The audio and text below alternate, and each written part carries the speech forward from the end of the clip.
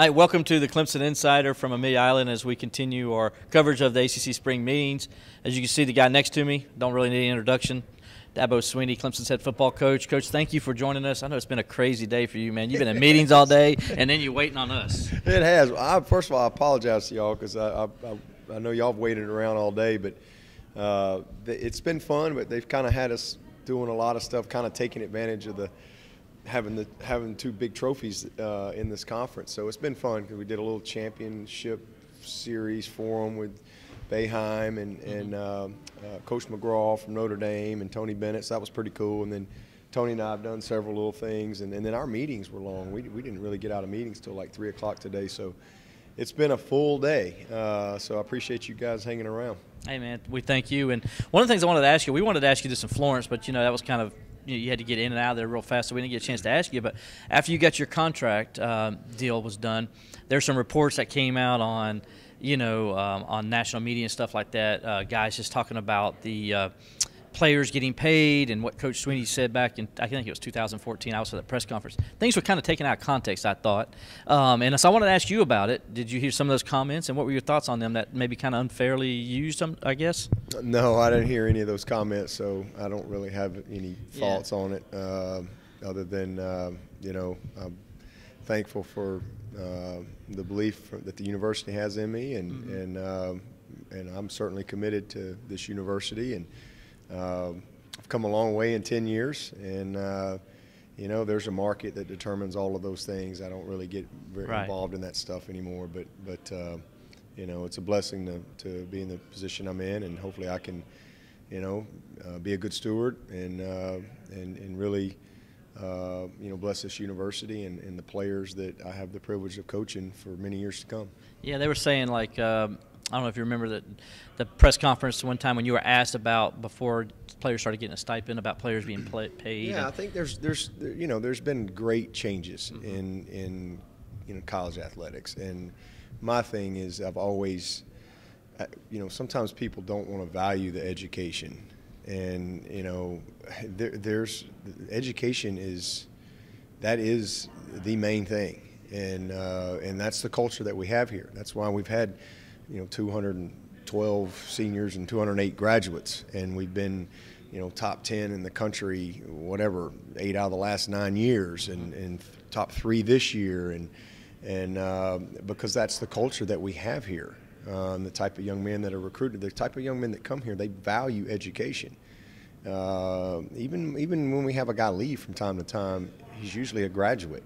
They finish, and that's a mentality that's kind of woven into the DNA of our program, and I think, our players understand the significance of that for their future. And this is not a game of longevity, and this is the student athlete part. The student part is the financial freedom for the rest of your life. The athlete part is great, but very few are going to make it to the next level.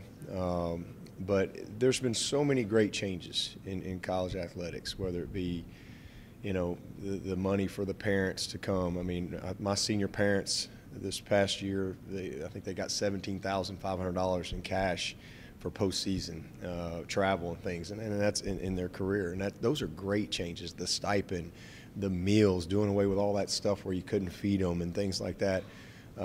These guys, the game is better than it's ever been, and there's always things that we could do better. I mean, one of the things I've always wanted is to tie things to education, tie things to graduation. That's, to me, is what it should be about. And as the game has grown and revenues have increased, I would love to see some type of stipend each year, and upon graduation, players would get that to encourage graduation.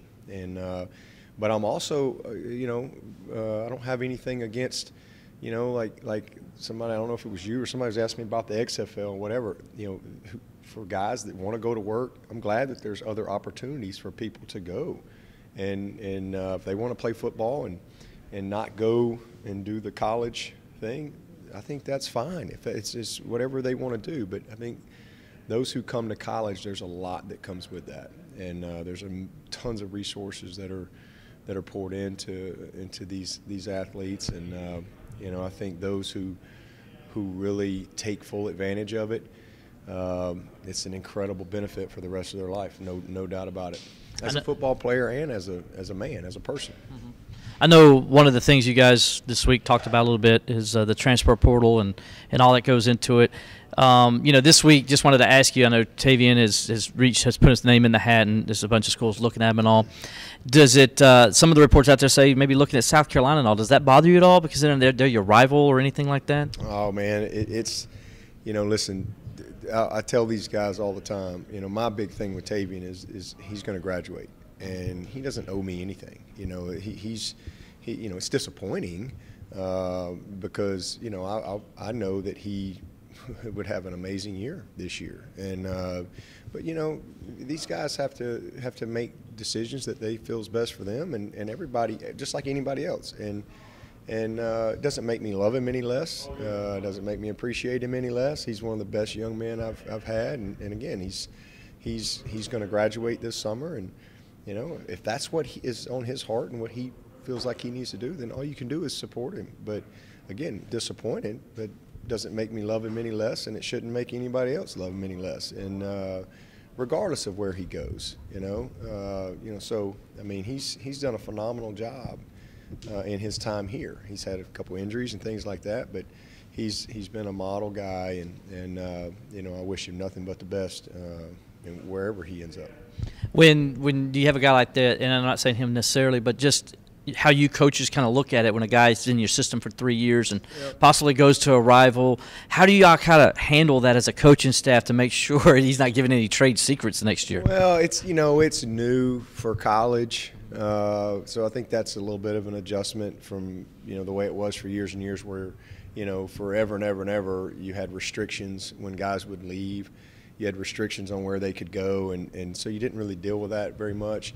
But it happens every day in the NFL where, this player was playing for this team this year and he goes over to the rival the next year. So, that happens. And I think it's new for college, but we lose great players every single year. And, at the end of the day, somebody's not going to win or lose a game because somebody was on their team from last year or whatever. At the end of the day, it comes down to who's got the better team and who can execute. So I really don't give it much thought. It's definitely a new experience, because it's not just South Carolina. He could go to, we got 12 games on our schedule. He could go to any one of those teams. But I just focus on the guys that are here. That's my focus. And like I said, in college football, you have guys move on every year, so it's just really no different, and I've always been a inside-out focused guy. I just focus on the guys that are here and get excited about the guys that are here and the challenge that we have each year, because each team is different, and getting that team ready to play. But I think it's something you'll see more and more of as you go through college football. So roll with the punches. Roll with it. Let's go. Today, NCAA came out with a story saying that they could possibly, or they're looking into putting a group together that legislation that would maybe allow players to receive some kind of benefit for their image if they were to be used in any way or whatever. That's still new. It just came out today. We saw the story. Your thoughts on that initially, hearing that? Yeah, I don't really have any, because it's just too many unknowns, too many things for me to even – I'm not educated enough on it to comment, because then there's just so many dynamics where this sport and that sport and this, this is the same for this guy as it is this guy. Like I said, this sport – so I just don't know enough of the parameters of it, and again, I don't know if it's likeness or whatever, but I would love to see there be some type of stipend or some type of